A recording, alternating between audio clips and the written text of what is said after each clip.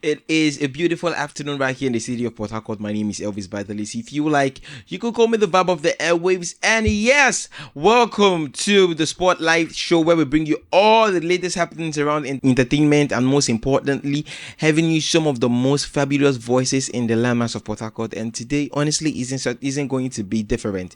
We have in the studio one of Port Harcourt's leading writers, instrumentalist.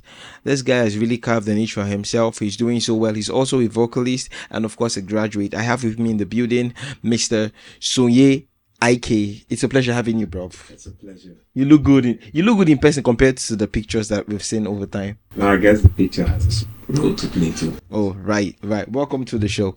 So going by with the lots of occupations and they call it pedigrees and all of those profiles you have all in one, and it still centers around the music and of course the gospel. How do you manage to still be this good at what you do? I think it's strictly continuous and consistent practice, because you never know when it's going to pay off. So why give up a whole lot of years you've already invested in one day just to feel at ease? So that's just the long run for me. Wow.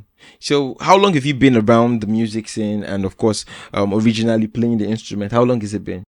I'll structure that into two phases. That will be the non-professional bit and the professional bit. So the non-professional is when you got to do anything anyhow. Yeah. It just goes. And if I were to merge them both, I would say about 13 to 15 years. Non-professionally, but the professional bit should be around 4 to 5 years. Wow. And this has actually led you to playing around big stages in Nigeria.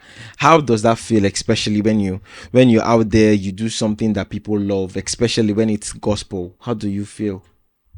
One is the expression of satisfaction for me, because it really goes a long way to see that all the effort you've been putting in is actually being appreciated by people. Because in the long run, as regards music, it's basically a thing of joy to see that your works are finally paying off, because it's not so much as a joy giver if people don't get to respond with positive feedback. So have you always seen yourself as a gospel Port Harcourt person, or you always want to not add the name Port Harcourt as an initial to your identity? I, to a large extent, yes, I was born in Port Harcourt, precisely Port Harcourt Teaching Hospital, so I can't run away from the Port Harcourt. So from birth it's been Port Harcourt. Yes, it has been Port Harcourt, but at the same time, I don't feel like limiting it to a certain structure, so that's just how it goes. All right, so do you feel the churches is really giving it enough opportunities for, up and coming gospel creatives to really shine on your platforms, just as you are shining on various platforms? I wouldn't say that much, because the fact is, when it comes to, I'll just start by saying this adage: nobody wants to eat a half-prepared meal, but everybody will rush to bring their plates for a fully prepared meal. So once you're still up and coming, people don't really, it's facts, people don't really want to listen to you and all that. But so long as you keep the work going and the routine going, it's definitely going to pay off. So generally, I'd say the churches are trying on their bit, but I feel we can do better. So going into your career, let's take it a bit private now. About your music so far, what is it that intrigues you to wanting to do a lot, keeps you inspired to write these good songs you already have? Well, for starters, I would point out the non-ending and non-stopping nature of the guys in the secular world. So indirectly you're giving them credit, right? No doubts, because to a large extent you can see gospel is more vocally inclined. If you don't have a good voice in gospel, it's like you're not ready.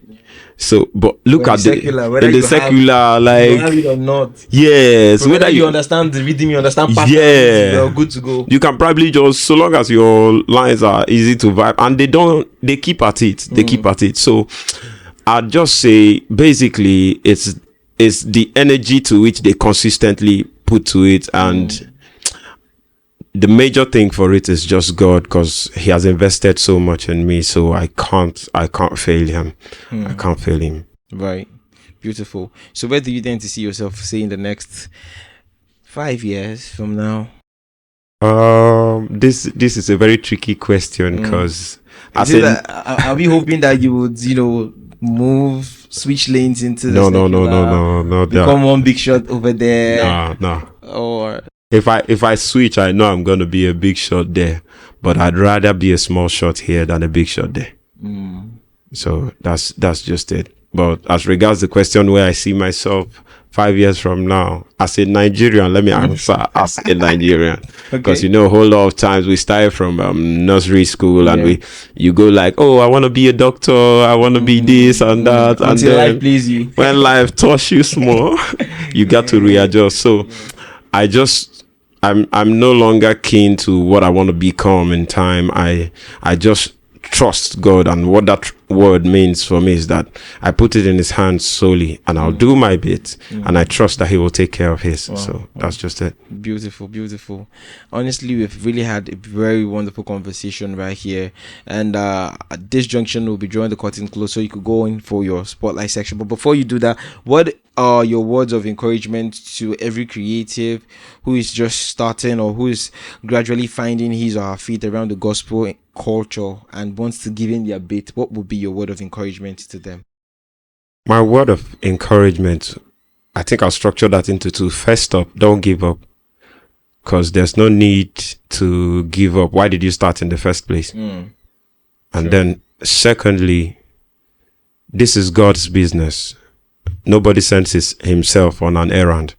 So if you need God to be your backing, you have to consistently and continually be in fellowship with him. So I think that's just literally it's got hard work and majorly God, because whatever you feel you're good at, somebody will always be better than you. So Exactly, you just have to cling to God.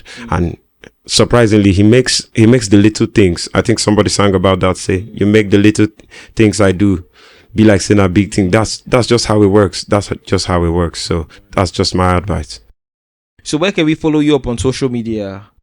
Okay, my social media handle, I think I have two of them. I've not really been keen on so much of social media, but I do Instagram and Facebook. So for Facebook, you follow me at Sonye IK. Okay.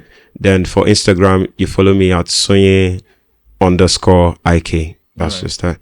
It's a pleasure having you, Sonye IK. Hope to see you some other time. And of course, to our beautiful viewers out there, this is Spotlight section. And at this junction, I'll be drawing the curtain close. But don't forget to follow our pages on all social media platforms at Epoch TV. And of course, you might just be so fortunate to get the follow back, and of course get you up on the stage or on the platform, and we have to talk about something very, very important. And at this junction, like I said, it is a bye and it is a wrap. Peace. Yeah.